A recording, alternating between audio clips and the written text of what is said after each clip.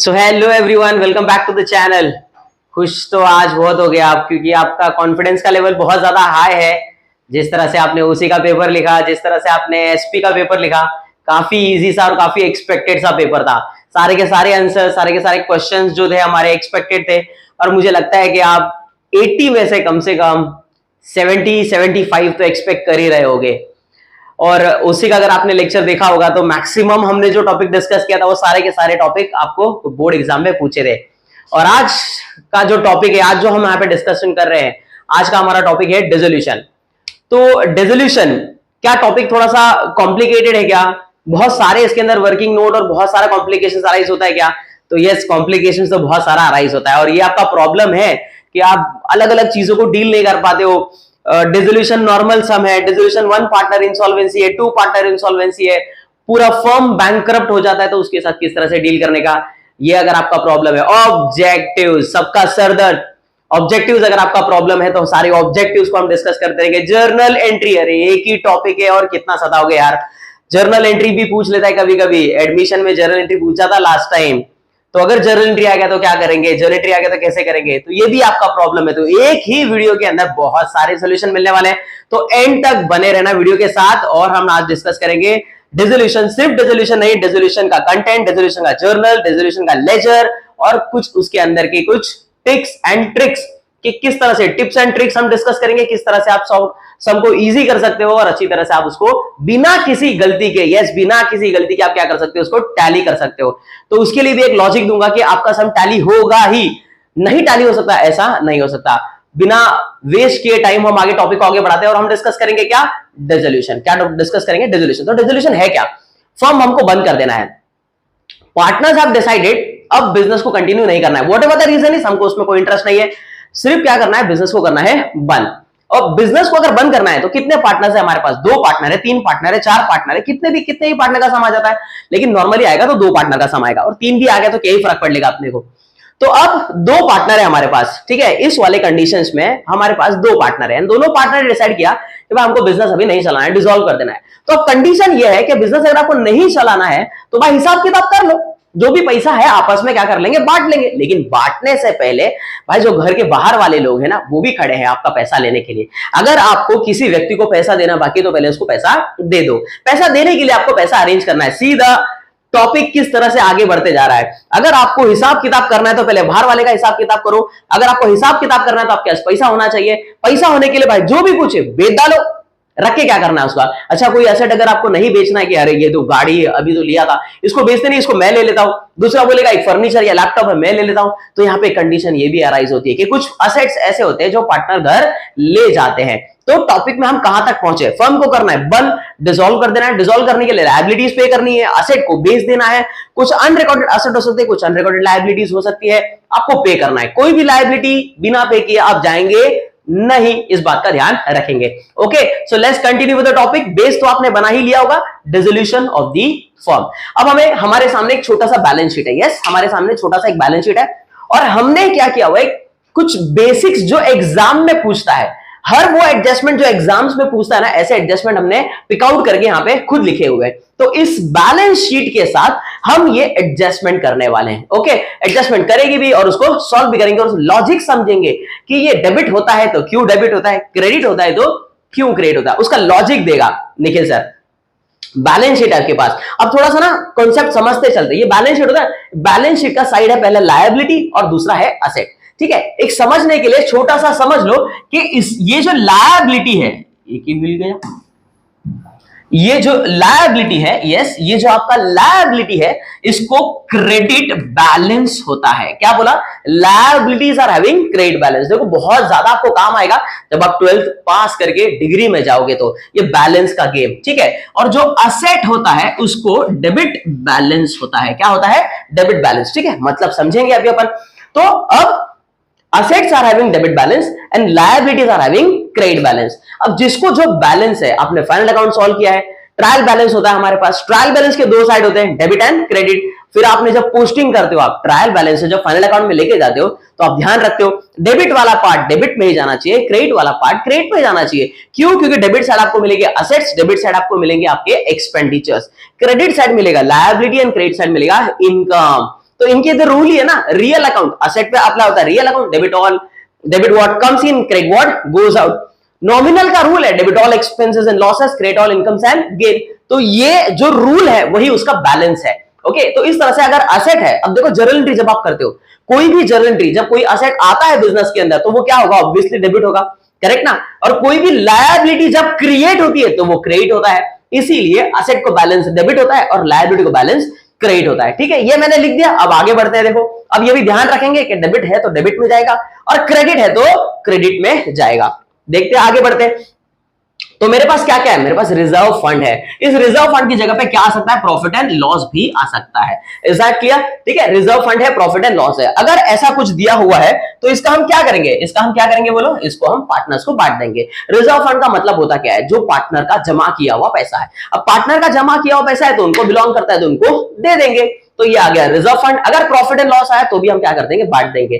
कौन से साइड में है, कहां पे है, लायबिलिटी है, मतलब कहां बांट देंगे, किसको बांट देंगे, पार्टनर्स को बांटेंगे। कौन से साइड बांटेंगे, कौन साइड बांटेंगे, क्रेडिट साइड बांटेंगे। कभी कभी एक और कंडीशन, कभी कभी प्रॉफिट एंड लॉस यहां नजर आएगा आपको। यस, कभी कभी आपको प्रॉफिट एंड लॉस यहां नजर, यहां मतलब कहां नजर आ रहा है, असेट में नजर आ रहा है। कहां नजर आ रहा है, असेट में प्रॉफिट एंड लॉस नजर आया तो भी हम क्या करेंगे, इसको बांट देंगे। किसको बांटेंगे, पार्टनर्स को बांटेंगे। कौन से साइड बांटेंगे, डेबिट बैलेंस। कौन सा साइड बांटेंगे, डेबिट। लॉस है ना, यहां पे अगर है तो प्रॉफिट है और यहां पे अगर है तो लॉस है। Debit all expenses and losses. Asset तो नहीं है लेकिन डेबिट बैलेंस जरूर है, किसको, प्रॉफिट एंड लॉस को। तो ये प्रॉफिट एंड लॉस भी चले जाएगा, कहां चले जाएगा, कहां चले जाएगा, यहां पे सब कुछ रेडी करके रखा है। ये आपका रियलाइजेशन अकाउंट और ये आपका partners capital account and this is your cash और बैंक अकाउंट। जो क्वेश्चन में, जो बैलेंस शीट में होता है ना, जो बैलेंस शीट में होता है वही अकाउंट वहां पे बना देने का। कैश अकाउंट लिखा हो तो बिंदास कैश लिखने का, बैंक अकाउंट होगा तो बिंदास बैंक अकाउंट लिखने का, और टेंशन नहीं लेना है तो कैश ऑब्लिक बैंक, हमारा कोई टेंशन नहीं है। ठीक है, तो फिलहाल हम डिस्कस कर रहे थे किसके बारे में, जो चीज नहीं है वो भी आपको मिलेगा, मतलब पूरा का पूरा चीज आपका क्या हो जाएगा, कवर हो जाएगा एक ही सम के अंदर। अगर प्रॉफिट एंड लॉस आता है तो आप पार्टनर्स कैपिटल के डेबिट साइड बांट के उसको खत्म कर दो। फिलहाल रिजर्व फंड है, दो लायबिलिटीज है आपके पास, मार्केट में इतना पैसा देना बाकी है, दोनों का कैपिटल दिया हुआ है। ठीक है, अब आगे हमारे पास कुछ असेट्स है और असेट के बाद कैश इन हैंड है। इतना होने के बाद अब कंडीशंस में क्या दिया हुआ है, क्या बोला है, पार्टनर्स ने तो डिसाइड कर लिया कि हमको फर्म कर देना है बंद। क्या डिसाइड किया पार्टनर्स ने, partners have decided to dissolve the firm. ठीक है, अब आगे क्या बोला है, assets has been realised, asset को बेच दिया। कैसे बेचा, क्या बोला है, stock and bill receivable, shortcut लिखा हुआ है, stock and bill receivable for rupees 15,500 and 1,500। ये दोनों असेट को मैंने क्या कर दिया, बेच दिया 15,500 एंड 1,500 में। इसको डब्बा बना के रखते हैं, ये हमारे लिए इंपॉर्टेंट है। ठीक है, आगे चलते हैं। अब एक छोटा सा सिचुएशन जो हमने क्रिएट किया है, जो कभी भी एडजस्टमेंट में किसी भी टॉपिक में आ सकता है, फाइनल अकाउंट में आ सकता है, एनपीओ में आ सकता है, एडमिशन, रिटायरमेंट, डेथ, कहीं पे भी आ सकता है। क्या बोला है, one of the customer fail to pay rupees 1,400। क्या लिखा हुआ है, one of the customer fail to pay rupees 1,400। अब इसका मतलब क्या हुआ, एक कस्टमर ऐसा था जो उससे 1,400 ले रहे थे लेकिन उसने नहीं दिया। Now hope you remember what it is called, क्या बोलते हैं इसको, बैड डेट बोलते हैं। अब आपका अगर बैड डेट है, क्या है ये, क्या लिख देंगे हम इसको, बैड डेट्स।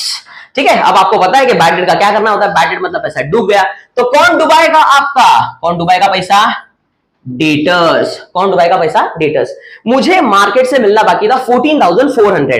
अगर मेरा 1,400 पैसा जाने वाला है, 1,400 अगर जाने वाला है तो आएगा कितना, यस आएगा कितना, 13,000। Hope so you got the thing कि किस तरह से इसको टैकल करना है।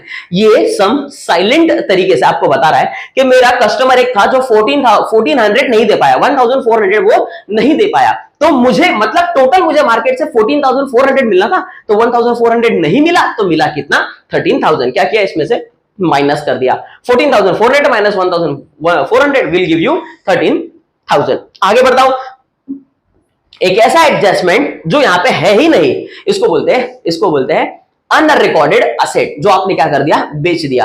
अनरिकॉर्डेड असेट हो या अनरिकॉर्डेड लायबिलिटी हो, वही एंट्री होती है जो सेल ऑफ असेट या पेमेंट ऑफ लायबिलिटी की एंट्री होती है। ओके, आगे बढ़ता हूं। सो गुडविल रियलाइज फॉर रुपीज 2,000, जबकि गुडविल बुक में अवेलेबल नहीं है, फिर भी आप क्या करेंगे, इसको बेच देंगे। अच्छा, बेचने का जर्नल एंट्री, ओके, हम डिस्कस ये भी करते चलेंगे कि पूरा सम का जर्नल एंट्री डिस्कस करूंगा, लेकिन पूरा सम खत्म होने के बाद पहले मैं लेजर समझाता हूं, क्योंकि एग्जाम में मैक्सिमम टाइम में लेजर पूछा जाता है। लेजर खत्म होने के बाद हम क्या करेंगे, जर्नल डिस्कस करेंगे कि एक एक सिचुएशन का जर्नल एंट्री किस तरह से किया जाता है। ओके, फिलहाल हम आगे चलते हैं। स्टॉक एंड बिल रिसीवेबल क्या कर दिया, बेच दिया। वन ऑफ द डेटर क्या किया, 1400 नहीं दे रहा है, उसको भी हमने ट्रीट कर लिया। गुडविल रियलाइज ₹2000, अनरिकॉर्डेड है, रिकॉर्ड नहीं है, फिर भी हम क्या कर देंगे, उसको बेच देंगे, ₹2000 कलेक्ट कर लेंगे। फर्दर आर्या टुक बिल्डिंग, क्या बोला है, आर्या टुक बिल्डिंग फॉर ₹18,000। अब पार्टनर है जो असेट लेके जा रहा है, ठीक है। आर्या ने बिल्डिंग ले लिया, कितने का ले लिया, 18,000, ठीक है। बिल्डिंग ले लिया, कितने का ले लिया, 18,000। कितने का है उससे हमको कोई लेना देना नहीं है, बताऊंगा आगे किस तरह से डील करना है। Okay, next one. तो यहां पे एक पार्टनर बिल्डिंग लेके जा रहा है, आर्यमन एक और नया पार्टनर, एक और पार्टनर है। आर्यमन टुक फर्नीचर, तो एक ने बिल्डिंग ले लिया, एक ने फर्नीचर ले लिया। कितने का लिया, ₹5,000 का। फर्नीचर कितने का ले लिया, ₹5,000 का। नेक्स्ट वन क्या बोला है, शी ऑल्सो, अभी ही है या शी है वो अपने आप अपना डिसाइड कर लेगा। ही ऑल्सो और she also agree to pay bills payable of ₹5,500। Is that clear? उसने डिसाइड किया कि मैं बिल्स पेबल भी क्या कर दूंगा या कर दूंगी, 5,500 पे कर दूंगा, ठीक है। तो ये बिल्स पेबल 5,500 कौन पे करने वाला है, आर्यमन पे करने वाला है। Is that clear? आगे बढ़ते हैं अपन। Now next, realization expenses amounted to 1,500। realization expenses amounted to 1,500 कि पूरे फॉर्म को डिसॉल्व करने का 1,500 हमारा क्या आ गया, खर्चा आ गया। एकदम बेसिक सा जर्नल एंट्री है, पैसा खर्चा होगा तो पैसा जाएगा तो कैश क्रेडिट होगा, और रियलाइजेशन एक्सपेंसेस क्या हो जाएगा, डेबिट हो जाएगा। So realization accountable to cash account, ये हमारा बेसिक सा क्या बन जाएगा, जर्नल एंट्री बन जाएगा। ओके, आगे बढ़ते हैं और सम को पूरा कंटिन्यू करते हैं, किस तरह से सॉल्व करेंगे। तो हमने पूरा सम क्या कर लिया, डिस्कस कर लिया। पूरा सम डिस्कस होने के बाद अब हम इसको क्या करेंगे, सॉल्व करेंगे। ओके, तो ये हमारा बैलेंस शीट है। एक छोटा सा बात ध्यान रखेंगे, सबसे पहले हमें करना क्या है, एडजस्टमेंट से डील करने से पहले, एडजस्टमेंट सॉल्व करने से पहले हम क्या करेंगे, पूरा बैलेंस शीट को क्या करेंगे, ट्रांसफर कर देंगे। जिस तरह से आप फाइनल अकाउंट करते हो, आपने फाइनल अकाउंट किया तो ट्रायल बैलेंस का हर एक आइटम हम क्या करते हैं, फाइनल अकाउंट में पोस्टिंग कर देते हैं। उसी तरह से यहाँ पे जो बैलेंस शीट है, इसका हर एक आइटम अपन उठा के कहां ले जाएंगे, हम उठा के ले जाएंगे उसके अकाउंट्स में, दैट इज रियलाइजेशन। जो चीज जहां जहां जानी चाहिए वहां पे अपन उसको पहुंचा देंगे। So let's start with the topic, we are going to start dissolution. Okay, let's start. अब यहाँ पे हमारे पास अकाउंट्स अवेलेबल है। दिस इज माय रियलाइजेशन, क्योंकि मुझे सारे एसेट को बेच देने हैं। This is partners capital account and this is cash bank account. तीन चीज अपन ने बना के रखा हुआ है, कैश एंड बैंक दोनों लिखा हुआ है। आप यहां पे सिर्फ कैश भी अकाउंट लिख देंगे तो भी चलेगा, क्योंकि बुक में कैश लिखा हुआ है। अगर बैंक अकाउंट लिखा होगा तो सिर्फ बैंक अकाउंट लिखो, मैंने दोनों लिख दिया, कोई प्रॉब्लम नहीं चाहिए, ठीक है। अब लेट्स स्टार्ट। तो एक छोटा सा बैलेंस शीट है। सबसे पहले हम क्या करेंगे, ये जो बैलेंस शीट है, छोटा सा बैलेंस शीट यहां भी रखा है, कौन इधर उधर जाएगा बार बार। तो अब सारे असेट्स को अपन क्या करेंगे, सबका एंट्री करेंगे। पूरा बैलेंस शीट खाली होना चाहिए, इस बात का ध्यान रखेंगे। इस बैलेंस शीट में कुछ भी दिखना नहीं चाहिए। तो अब सबसे पहले मैं मेरे सारे असेट्स को, यस, सारे असेट्स को हम क्या कर देंगे, ट्रांसफर, ठीक है। अब जर्नल एंट्री चलो डिस्कस कर ही लेता हूं, लास्ट तक कौन देखेगा, ठीक है। अब सारे असेट्स को क्या करने वाले हो, ट्रांसफर करने वाले हो। कहां ट्रांसफर करोगे, रियलाइजेशन में ट्रांसफर करोगे। तो इसका एक बेसिक सा जर्नल एंट्री बनता है। फिर से एक बार, बैलेंस की बात की थी हमने, डेबिट बैलेंस, तो मैं असेट को डेबिट में ले जाऊंगा। कहां ले जाऊंगा, डेबिट में। क्यों, क्योंकि उसको डेबिट बैलेंस होता है। जिसको डेबिट बैलेंस होता है वो डेबिट में जाता है, जिसको क्रेडिट बैलेंस होता है वो क्रेडिट में जाता है। अब सारे असेट्स को, कितने असेट्स को, 1 2 3 4 5, ये 5 असेट्स है मेरे पास, जिनको मैं क्या कर रहा हूं, पोस्ट ट्रांसफर कर रहा हूं। क्या कर रहा हूं, ट्रांसफर। तो यहां से असेट से जाएगा और कहां चला गया, डेबिट में आ गया। मैं यहां पे लिख रहा हूं टू सन्ड्री असेट्स, ये लिख दिया मैंने, टू सन्ड्री असेट्स, उसको कर दिया मैंने अंडरलाइन। अब सारे असेट्स में एक एक करके ले लेता हूं। सबसे पहले मेरे पास है बिल्डिंग। यहां पे मैंने डबल कॉलम नहीं बनाया, लेकिन आपको बनाना पड़ेगा, इस बात का ध्यान रखना। Inner column, outer column, particulars, inner and outer, maintain करने के लिए एकदम अच्छी तरह से सब कुछ दिखना चाहिए, ठीक है। तो building of rupees how much, 16,000। आपको शॉर्टकट अलाउड नहीं है, इस बात का भी ध्यान रखेंगे। बिल्डिंग ले लिया, फर्नीचर ले लेते हैं, ये आ गया furniture, furniture of rupees 4,800, furniture 4,800। Next one है डेटर, 14,400, डेटर्स 14,400। एक और बात जो क्लिक हुई अभी, ठीक है, कभी कभी डेटर यहां पे लिखा हुआ है वो इनर कॉलम में होगा और उसके साथ होगा RDD, सबसे बड़ा, पूरे देश का तकलीफ वाला काम है, पूरा टेंशन वाला काम है कि RDD को किस तरह से डील करने का। फिलहाल डेटर्स को अंदर लिखेंगे या लिखा रहता हुआ है, उसके नीचे लिखा होता है RDD और फिर बाद में बाहर वाला वैल्यू होता है। तो अब आपको उसके साथ कैसे कंसिडर करना है। अगर आ गया डेटर के साथ RDD तो उसको कैसे आप डील करोगे।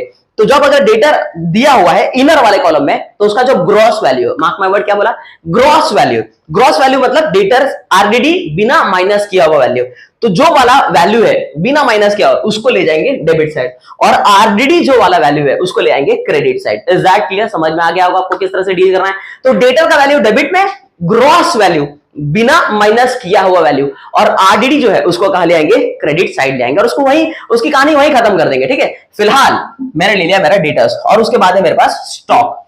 ये आ गया स्टॉक। स्टॉक का वैल्यू दिया हुआ है 16,000। ओके, आगे बढ़ते हैं। 16,000। नेक्स्ट है मेरे पास बिल्स रिसीवेबल। अगेन मैं यहाँ पे शॉर्टकट यूज कर रहा हूं, आपको अलाउड नहीं, इस बात का ध्यान रखेंगे। ठीक है, 1600, 1600। एग्जाम में भी आप ट्राई करना, यूनिट के नीचे प्रॉपर यूनिट लिखो। क्या आपको भी तकलीफ है कि आप कहीं से भी लिख देते हो? अब दूसरा, इसको लिखने का और एक तरीका, कैसे लिखते हैं? 1600 कैसे लिखेंगे इसको? 1600 ऐसे लिख देंगे इसको, 1600। अब प्रॉब्लम हो गया, आपने कहां लिख दिया उसको, कैलकुलेशन अगर यहां पे जुड़ गया तो वो 10,000 गिना जाएगा। आप 1600, या तो फिर आपको क्या करना पड़ेगा, पूरा वापस से आप फिर लिखोगे यूनिट के नीचे प्रॉपर, यूनिट टेंस के नीचे टेंस, तो अब यहां पे आपका डबल टाइम आपका जाने वाला है। इसीलिए प्रॉपरली यूनिट के नीचे यूनिट एंड टेंस के नीचे टेंस लिखा करो। ठीक है, 1600 ये हमने यहां पे लिख दिया। Okay done. अब क्या करते हैं, कैलकुलेशन ले लेते हैं इन सबका total. Yes, what is the total? 52,800। इन सबका क्या आ रहा है, टोटल आ रहा है। ठीक है, ये 10 हो गया, ये 8 हो गया, और ये टोटल मिला के 52,800। पूरा डेबिट साइड, ये पूरा डेबिट साइड हमने क्या ले लिया, डेबिट करके 52,800 टोटल करके बाहर ले लिया। तो we have done the first asset, transfer of asset पूरा ले लिया। जर्नल एंट्री क्या आएगा, realization account debit to sundry assets account. और जर्नल एंट्री में भी आपको जिस तरह से लिस्ट करके दिखाया उस तरह से लिस्ट करके दिखाना पड़ता है। ठीक है, क्या बोला journal entry, realization account debit to sundry assets account. Realization में to sundry assets, journal entry क्या बना, realization account debit to sundry assets account. ठीक है, टोटल आप ले लो। अब उसके बाद क्या है हमारे पास, लायबिलिटी है। दो लायबिलिटी है, कौन सा दो लायबिलिटी है, क्रेडिटर्स और बिल्स पेबल है। दो लायबिलिटी है, दो लायबिलिटी को कौन सा बैलेंस है, क्रेडिट बैलेंस है। कौन सा बैलेंस है, क्रेडिट, तो क्रेडिट बैलेंस है, तो क्रेडिट में आ जाएगा, ये आ गया बाय सन्ड्री लायबिलिटीज अकाउंट। आप शॉर्टकट नहीं लिखेंगे, ठीक है, ये आ गया सन्ड्री लायबिलिटीज। क्या क्या है मेरे पास, क्रेडिटर्स, और उसके बाद क्या है, bills payable. Bills payable, creditors का value 10,000, inner column 10,240। The next one is bills payable 5,760। Yes done, 5,760। अब क्या करना है, टोटल ले लेते हैं, 10, 15, 16, 16,000 यहां पे टोटल दिख रहा है। डन, 16,000 हम क्या ले लिया, यहां पे टोटल ले लिया, किसका, दोनों लायबिलिटी का। नाउ क्या क्या चीज हो गया आपका, ट्रांसफर ऑफ असेट हो गया, ट्रांसफर ऑफ लायबिलिटी हो गया। इसका जर्नल एंट्री, जैसे हमने एंट्री असेट का किया था, रियलाइजेशन टू असेट, इसका जर्नल एंट्री बनेगा liabilities account debit to realisation. क्या बोला, liability, sundry liabilities account debit to realisation, ये हो गया उसका जर्नल एंट्री। नरेशन में लिखना जरूरी है, being asset transfer, being liability transfer. Okay done, ये भी हो गया। अब क्या बचा, कैपिटल बचा और रिजर्व्स बचा। अब कैपिटल और रिजर्व दोनों कहा जाएगा, आपको किसको मिलेगा, तो पार्टनर्स को मिलेगा। जिसका जो कैपिटल है उसके पास हम वहां पे जाके पहुंचा देते हैं। अब आपको क्या करना है, अकाउंट को ओपन करना है। इज इट, अकाउंट को क्या करना है, ओपन करना है। हमेशा ओपन करते समय ब्रॉट डाउन। अब कहां से ओपन करूं, डेबिट से ओपन करूं या क्रेडिट से ओपन करूं, तो बैलेंस डिसाइड करेगा कि कहां से। हमको डिसाइड करने की कोई जरूरत नहीं कहां से ओपन करना है। ये बैलेंस है क्रेडिट साइड का, क्रेडिट साइड नहीं है, क्रेडिट बैलेंस है, तो मैं क्रेडिट में आ गया और क्या लिख दिया, बाय बैलेंस ब्रॉट डाउन। जिसका जो कैपिटल है 16 and 19,200, 16,000 and 19,200, ये दोनों बैलेंस हमने क्या कर लिया, ओपन कर लिया। कहां से ओपन किया, क्रेडिट साइड से ओपन किया। क्यों क्रेडिट साइड से ओपन किया, लायबिलिटी था, तो ध्यान रखेंगे अगर चीज यहां पे है तो क्रेडिट साइड ही जाएगी। ओके, अच्छा अब देखो, जैसे कि ये क्रेडिटर्स और बिल्स पेबल कहां पे आया, क्रेडिट साइड आया। ये रिजर्व फंड कहां पे है, लायबिलिटी में कहां गया, या गया नहीं है, जाएगा। कैपिटल है, कहां गया क्रेडिट साइड गया। अब रिजर्व, इनका रिजर्व दे देते हैं, ये आ गया by reserve fund. Reserve fund value है टोटल रिजर्व फंड का 6,400, और हमने जो रेशियो लिया हुआ है, वो कंसिडर किया है 1:1। तो 1:1 मतलब सीधा सीधा क्या हो गया, हाफ हो गया। अच्छा सर, अगर ये 1:1 नहीं होता, ये होता 2:1, कैसे लिखा होता, ये लिखा होता 2:1। अगर ये वैल्यू 2:1 होता या ये वैल्यू 3:2 होता, 2:3 होता, आप तो देखते ही हो, एडमिशन भी डील किया, रिटायरमेंट किया, डेथ किया, डिसोल्यूशन किया, ठीक है। अगर इस तरह से रेशियो होता है तो क्या करना होता है? तो अब अगर मुझे इस वाले वैल्यू को रेशियो में अगर कन्वर्ट करना है या रेशियो में बांटना है तो कैसे सॉल्व करेंगे? देखो अब यहां पे वैल्यू है 6400, this will be divided by, अगर मैं इस रेशियो में बांटता हूं 2:3 में बांटता हूं तो इसको मैं डिवाइड कर दूंगा 5 से। कहां से डिवाइड कर दूंगा? 5 से। अब ऐसा क्यों? क्योंकि वो बोल रहा है एक वैल्यू को 2:3 में बांट दो, एक वैल्यू को 2:3 में बांट दो तो कितने हिस्से हो गए? 5 हिस्से हो गए। तो इसी तरह से ध्यान रखने का, किसी भी वैल्यू को जितने में भी वो बांटने के लिए बोलेगा, 2 पार्टनर, 3 पार्टनर, 4 पार्टनर, उनका जो रेशियो होगा, क्या होगा उनका जो रेशियो? 3:2:1, कभी कभी रेशियो होता है 3:2:1, तो सबका टोटल मार लिया, कितना मिला? 6 मिला, ठीक है। 5:3:2, टोटल कितना मिला? 10 मिला। तो जो भी टोटल आएगा उससे क्या कर देने का? डिवाइड कर देने का। तो मैं यहां पे इसको क्या कर दूंगा? इसे डिवाइड कर दूंगा। जो भी नंबर आएगा वो आपका एक हिस्सा होगा, जो भी नंबर आएगा इसको बांट के वो आपका क्या होगा? एक हिस्सा। जैसे ये आ गया 5 1 जा 5, 14 आ गया, 2 आ गया, ठीक है। 1280 करेक्ट है क्या? एक बार देख लेते हैं। 6000 को 5 से डिवाइड किया तो इसका 1 बैलेंस बच जाएगा, 1 2 और यहां बच जाएगा 40, ठीक है। तो 1200। अब इसको क्या करना है अपने को? एक बार 2 से मल्टीप्लाई कर दो, एक बार 3 से मल्टीप्लाई कर दो, एक बार 2 से मल्टीप्लाई कर दो, एक बार 3 से मल्टीप्लाई कर दो, आपको वैल्यू मिल जाएगा कि 2 वाले को कितना मिलेगा और 3 वाले को कितना मिलेगा। होप सो समझ में आया होगा किस तरह से बांटना है। फिलहाल हमारा सम तो एकदम इजी है, बोल रहा है 1:1, मतलब सीधा क्या कर दो? हाफ हाफ कर दो। तो अब इसका हाफ क्या हो जाएगा? 3200 एंड 3200। चलते हैं हमारे फिर से सम पे। कहां पहुंचे हम? हमको क्या बांटना है? हमको बांटना है रिजर्व फंड। तो ये आ गया by reserve fund 3200 and 3200। Done. Reserve fund में क्या कर दिया? बांट दिया। अब रिजर्व फंड बांटने के बाद क्रेडिटर्स आ गया, कैपिटल ले लिया, रिजर्व फंड ले लिया, सारा एसेट आ गया। अब कैश इन हैंड बचा हुआ है। क्या बचा हुआ है? 4800 का कैश इन हैंड। डेबिट में आ गए, ये ले लिया, टू बैलेंस ब्रॉट डाउन, ठीक है। अब सर एक बार आपने बैलेंस ब्रॉट डाउन वहां से ले लिया, अब बैलेंस ब्रॉट डाउन सर यहां पे कर रहे हो, क्या गड़बड़ कर रहे हो? वो समझ में नहीं आ रहा है। तो वहां पे जो हमने ओपन किया वो कहां था? लायबिलिटीज में। अब जो ओपन कर रहा हूं वो कहां पे है? असेट में। और असेट में है तो कहां पे आ रहा है? डेबिट में आ रहा है। जैसे कि समझाया था, assets are having debit balance 4800। Yes, 4800 से क्या कर दिया हमने? बैलेंस को क्या कर दिया?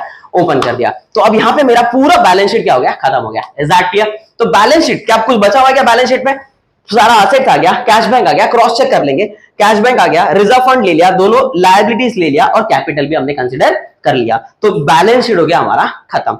ओके, इसकी कहानी खत्म कर दी। अब क्या चलते हैं? अब चलते हैं एडजस्टमेंट पे। एडजस्टमेंट रीड करते हैं और उसको सॉल्व करते हैं। अब एडजस्टमेंट में क्या बोला है? एडजस्टमेंट में बोला है स्टॉक एंड बिल रिसीवेबल क्या कर दिया आपने? बेच दिया। और कस्टमर, जो हमारा कस्टमर है, उसने 1400 क्या कर दिया? डुबा दिया, ठीक है। और एक एंट्री जहां पे गुडविल से क्या कर रहा है? आपको पैसा आ रहा है। तो 4 जगह से आपके पास पैसा आ रहा है। स्टॉक से पैसा आ रहा है, बिल रिसीवेबल से पैसा आ रहा है, बैड डेट से पैसा आ रहा है एंड गुडविल से पैसा आ रहा है। अगर आपके पास पैसा आ रहा है, अगर आपके पास पैसा आ रहा है, अच्छा एक काम और, यहां पे हमने कुछ एंट्रीज की, जर्नल नहीं डिस्कस किया। अब जैसे कि बैलेंस ब्रॉट डाउन है तो जर्नल एंट्री नहीं होता, यहां पे बैलेंस ब्रॉट डाउन है, जर्नल एंट्री नहीं होता। ट्रांसफर ऑफ असेट किया, ट्रांसफर ऑफ लायबिलिटीज किया, ट्रांसफर ऑफ असेट किया, ट्रांसफर ऑफ लायबिलिटी किया, ये ओपन किया, ये ओपन किया, जर्नल एंट्री नहीं है। यहां पे अपन जर्नल एंट्री करेंगे। और क्या जर्नल एंट्री करेंगे अपन? रिजर्व्स क्या कर दिया आपने? बांट दिया। नाउ याद रखने की जरूरत नहीं, एक छोटा सा लॉजिक है। क्या करना आपने? रिजर्व फंड है, याद रखने की जरूरत नहीं है, बांट दिया ना आपने तो बैलेंस खत्म हो गया। क्रेडिट बैलेंस है, खत्म हो गया, तो रिजर्व फंड डेबिट हो गया। तो किसको बांटा आपने? किसका कैपिटल? अगर आप किसी को रिजर्व दोगे तो किसका पैसा बढ़ेगा? किसका पैसा बढ़ेगा? बढ़ेगा पार्टनर्स का। तो एंट्री बन जाएगा reserve fund account debit to Arya's capital to Aryaman's capital account. Is that clear? क्या एंट्री बन गया? Reserve fund account debit to Arya's capital to Aryaman's capital account. यहां पे हमने रिजर्व फंड बांट दिया। अब आगे चलते हैं हमारे क्वेश्चन पे। हम डिस्कस कर रहे थे कि हमने कुछ असेट बेच दिए। क्या क्या बेचा? स्टॉक बेचा, बिल रिसीवेबल बेचा, 15500 और 1500। आ जाते हैं सम पे। बेचने के बाद अब एक और छोटा सा लॉजिक, असेट आया है डेबिट से, जाएगा क्रेडिट से। बेच रहे हो ना, असेट हमारे पास जब आया था एक जगह पे हमने सब जमा किया तो डेबिट हो गया। अब यहां से जा रहा है, हम बेच रहे तो चले जाएगा, तो क्या हो जाएगा? क्रेडिट हो जाएगा। तो अब यहाँ पे क्रेडिट में आ गया और यहां लिख दिया बाय कैश ऑब्लिक बैंक, क्योंकि मैंने दोनों लिखा हुआ है, कैश और बैंक अकाउंट किया, उसको प्यार से अंडरलाइन। अब कितने असेट थे सबका लिस्ट बनाते थे, जो हमने बेचा। क्या क्या बेचा? मैंने बेच दिया स्टॉक 15,500, मुझे पैसा कलेक्ट हुआ बिल्स रिसीवेबल से 1500, मुझे पैसा कलेक्ट हुआ डेटर से कितना पैसा 1400 डुबा दिया था, तो 13,000 रुपीज मेरे पास कलेक्ट हुआ डेटर से, ठीक है। और क्या बचा, गुडविल, गुडविल G/D लिखा हुआ है, G/W लिखा हुआ है, आप पूरा लिखेंगे गुडविल। कितना गुडविल से पैसा आ रहा था 2000 रुपीज, ये 2000 रुपीज मुझे कहां से आ गया, गुडविल से आ गया। अब टोटल ले लेते हैं 15, 16, 17, 18, 19, 20, 30, 32,000, 32,000 रुपीज मेरे पास कैश आया सारे एसेट्स बेच के। होप सो आपको समझ में आया कि हमने क्या डिस्कस किया। यहां पे बोला है स्टॉक एंड बिल रिसीवेबल से पैसा इतना रिकवर हुआ, जो भी असेट बेच के पैसा आ गया उसका जर्नल एंट्री, चलो जर्नल एंट्री डिस्कस करते हैं। क्या बनेगा जर्नल एंट्री, तो हमने असेट बेच दिया, पैसा आ रहा है तो कैश बैंक अकाउंट, एकदम सिंपल से काम है, cash bank account debit to realisation. क्या एंट्री बना, cash bank account debit to realisation. तो फिलहाल ये हो गया हमने जो डिस्कस किया जर्नल। लेजर में हमने कहां लिख दिया, रियलाइजेशन में क्रेडिट, क्योंकि फायदा हुआ है, क्रेडिट में आ गए, एसेट आपने बेच दिया। अब पहला इफेक्ट अगर बाय है तो आपको समझ में आएगा कि पहला इफेक्ट अगर बाय है तो दूसरा इफेक्ट टू ही होता है। तो नेक्स्ट थिंग सोचने का तरीका, चलो कहां लिखा हुआ है कैश बैंक, तो मैं कैश बैंक में आ गया, पैसा आ रहा है ना, यस पैसा आ रहा है, कहां किस सोर्स से आया, रियलाइजेशन से आया, तो यहां आ गए, लिख लिया realisation account. How much, realisation 32,000, इतना पैसा हमारे पास क्या हुआ, आ गया असेट बेच के। अब इतना पैसा हाथ में है, यस इतना पैसा हाथ में है, इतना असेट मैंने क्या कर दिया, बेच के पैसा रिकवर कर लिया। अब जिन जिन को पैसा देना वो दे दूंगा, और जो बचेगा वो पार्टनर आपस में क्या कर लेंगे, बांट लेंगे। So the topic is what, dissolution. Form बंद करो, सब पैसा वैसा बांट के खत्म करो और झंझट खत्म, ठीक है। अब चलते फिर से एडजस्टमेंट पे। तो हमारा adjustment number 1, number 2, number 3 done. Coming to adjustment number 3, Arya to building for ₹18,000। Arya ने क्या ले लिया, बिल्डिंग ले लिया।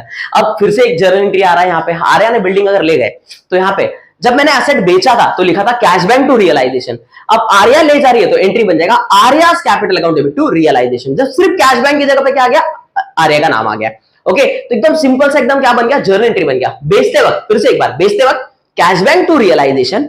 अब कोई पार्टनर ले जा रहा है तो असेट तो जा ही रहा है, वहां भी जा रहा था, यहां भी जा रहा है, वहां पे पैसा आ रहा था, यहां पे कोई पार्टनर ले जा रहा है, तो एंट्री बन जाएगा Arya's capital account debit to realization. एक बार असेट को रियलाइजेशन में ट्रांसफर करने के बाद असेट का अस्तित्व खत्म हो जाता है, इस बात का ध्यान रखेंगे। ओके, आगे बढ़ता हूं। यहां पे असेट आया था डेबिट से, जा रहा है क्रेडिट में। यहां पे लिख रहा हूं मैं बाय आर्यास कैपिटल अकाउंट। क्या लिया उसने, बिल्डिंग लिया, बिल्डिंग लिया ना, एक बार चेक कर लेते हैं। आर्या टू बिल्डिंग फॉर ₹18,000, तो यहां लिख दिया मैंने 18,000। Okay done. नाउ पहला इफेक्ट बाय है तो दूसरा इफेक्ट टू होना चाहिए, करेक्ट। तो ये हो गया बाय, बाय के लिए आ गया टू। और पहले सर कैश बैंक में लिखा, अब वहां जा रहे हो तो उसके पीछे का रीजन, पहले आपके पास कैश आया तो बाय, बाय का टू हो गया। अब कोई पार्टनर ले जा रहा है तो ड्रॉइंग हो गया, और ड्रॉइंग हमेशा डेबिट होता है, तो यहां पे आ गया आर्या के कॉलम में लिख दूंगा। यहां पे मैं लिख रहा हूं, कहां से आ रहे हो आप, रियलाइजेशन अकाउंट से आ रहे हो, और कौन लेके जा रहा है, आर्या। कितना रुपीस, 18,000। Okay done. अब आगे क्या कहा है, next situation is what, Aryaman took furniture of ₹5,000। क्या लिया, आर्यमन नाम के व्यक्ति ने, जो भी है, लड़का है लड़की है व्हाटएवर, ठीक है, क्या ले लिया, फर्नीचर ले लिया। कितने का ले लिया, 5,000 रुपीस का ले लिया। अब आगे इसको कैसे सॉल्व करेंगे, जिस तरह से हमने यहां पे आर्या का नाम लिखा, सेम उसी तरह से यहां पे by Aryaman's capital account, how much, 5,000। क्या ले लिया, फर्नीचर ले लिया। इस तरह से जो भी चीज आ रहा है जा रहा है मेंशन करके एक्सप्लेन करके रख देने का, कोई भी मौका मत दो कि आधा भी मार्क्स आपसे क्या वो चुरा ले या ले ले, ठीक है। तो यहां पे हो गया बाय, सेकंड इफेक्ट टू हमने रियलाइजेशन पहले से लिखा हुआ है, यहां पे सीधा वैल्यू डाल दिया, how much, ₹5,000। Hope so you are getting. अब इसका भी जर्नल एंट्री, आर्यमन लेके गया तो Aryaman account debit to realization account. आप इसको कंबाइन भी कर सकते हो, Arya's capital account debit, Aryaman capital account debit to realization. जिसने जो लिया वो वैल्यू डाल दो और रियलाइजेशन में कंबाइन करके वैल्यू डाल दो। Okay done. अब नेक्स्ट क्या बचा हमारे पास, दोनों एडजस्टमेंट हो गया। अच्छा, ही और she agree to pay bills payable, 5,500 का बिल्स पेबल भी पे करने के लिए रेडी है। और पूरा क्वेश्चन हमने पढ़ लिया, बिल्स पेबल के बारे में बोला है लेकिन क्रेडिटर्स के बारे में कुछ भी नहीं बोला है, तो क्रेडिटर्स को छोड़ दे क्या, उसको कंसीडर नहीं करेगा, तो ध्यान रखेंगे। लायबिलिटीज के बारे में बोला हो या ना बोला हो, बोला हो या ना बोला हो, आपको पे करना ही पड़ेगा। अब आगे चलते हैं, अब क्या करते हैं, बिल्स पेबल।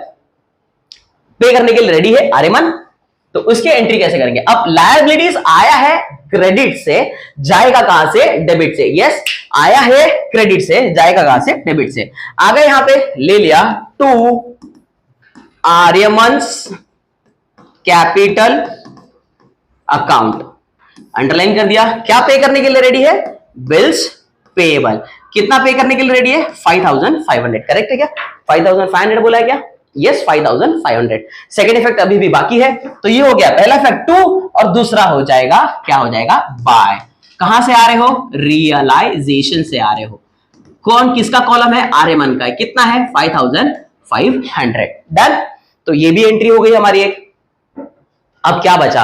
अच्छा, क्रेडिटर्स बचा। बिना भूले क्रॉस चेक करते रहेंगे क्या? हर एक चीज हमने कंसीडर किया नहीं, बैलेंस शीट की कोई चीज रहे तो नहीं गई है ना, तो क्रेडिटर्स अभी भी रह गया। और एक छोटा सा एक्सपेंसेस है, that is realisation amount, expenses amounted to 1500। ये सब बिजनेस को बंद करने का जो खर्चा था वो 1500 रुपीज का क्या किया? खर्चा उनको लगा। अब खर्चा लगा तो मैं डेबिट में आ गया, debit all expenses and losses. यहां पे आ गया टू, पेमेंट कर रहे हो इसलिए कैश और बैंक अकाउंट, अंडरलाइन कर दिया। क्या क्या पे करना है? क्रेडिटर्स पे करना है, और क्या पे करना है? रियलाइजेशन एक्सपेंसेस पे करना है। क्रेडिटर्स कितना पे करना है? कितना 10,240। 10,240। इतना दूर क्यों चला गया? यहां पे भी था 10,240। अब उसके बाद रियलाइजेशन एक्सपेंसेस कितना था? 1,500। करेक्ट है? एक बार चेक कर लेते हैं। Realisation expenses 1,500। Okay, done. अब इसका टोटल आ रहा है 11,740।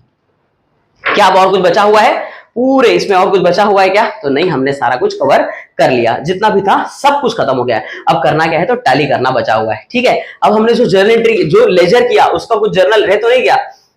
हमने इसके एंट्रीज डिस्कस किया। जब लायबिलिटी कोई पार्टनर लेके जाएगा तो उसका जर्नल एंट्री क्या बनेगा? तो एंट्री बनेगा realisation expense account debit to asset. Asset का उल्टा, असेट लेके गए ना, अभी आपने लिखा होगा, नोट कर रहे होगे, तो क्या एंट्री था? Partners capital account debit to realisation. अब एंट्री रिवर्स हो जाएगा, realisation account debit to partners capital account, और जो लिया होगा वो उसका नाम लिख देंगे। इसके लिए जो लायबिलिटी हमने पे किया है उसके लिए एंट्री बन जाएगा पार्टनर्स कैपिटल की जगह पे कैश बैंक का अकाउंट आ जाएगा। तो realisation account debit to cash और बैंक अकाउंट, दोनों को लिस्ट करो, टोटल मार के बाहर ले लो। That's it. जितना भी सम हमने डिस्कस किया, जितना भी सम था हमारे पास, जितनी भी एडजस्टमेंट है वो सब हमने डिस्कस कर लिया। अब करना क्या है? टैली। जो बहुत बच्चे को तकलीफ आती है टैली करने के लिए, तो सम तो कर लेते हैं लेकिन टैली प्रॉपर्ली हो नहीं पाता है। तो टैली करने का एकदम बेसिक सा रूल है। क्या बेसिक सा रूल है? तो दो साइड है हमारे पास, करेक्ट, और दोनों का आउटर कॉलम है, इनर कॉलम से कुछ लेना देना है नहीं फिलहाल अपने को। आउटर कॉलम जो है, ठीक है, उसका क्या करेंगे? टोटल लेंगे दोनों साइड का, और क्या चेक करना है कि दोनों में से हैवी कौन सा है। ठीक है, तो ये मेरे पास दो अलग अलग साइड है, दोनों में से हैवी चेक करते हैं अपन, कितना हैवी आ रहा है। यस, दोनों का टोटल 71। इसका 71,000 आ रहा है, उसका कितना आ रहा है? 70,040। वापस बोलो। 70,040।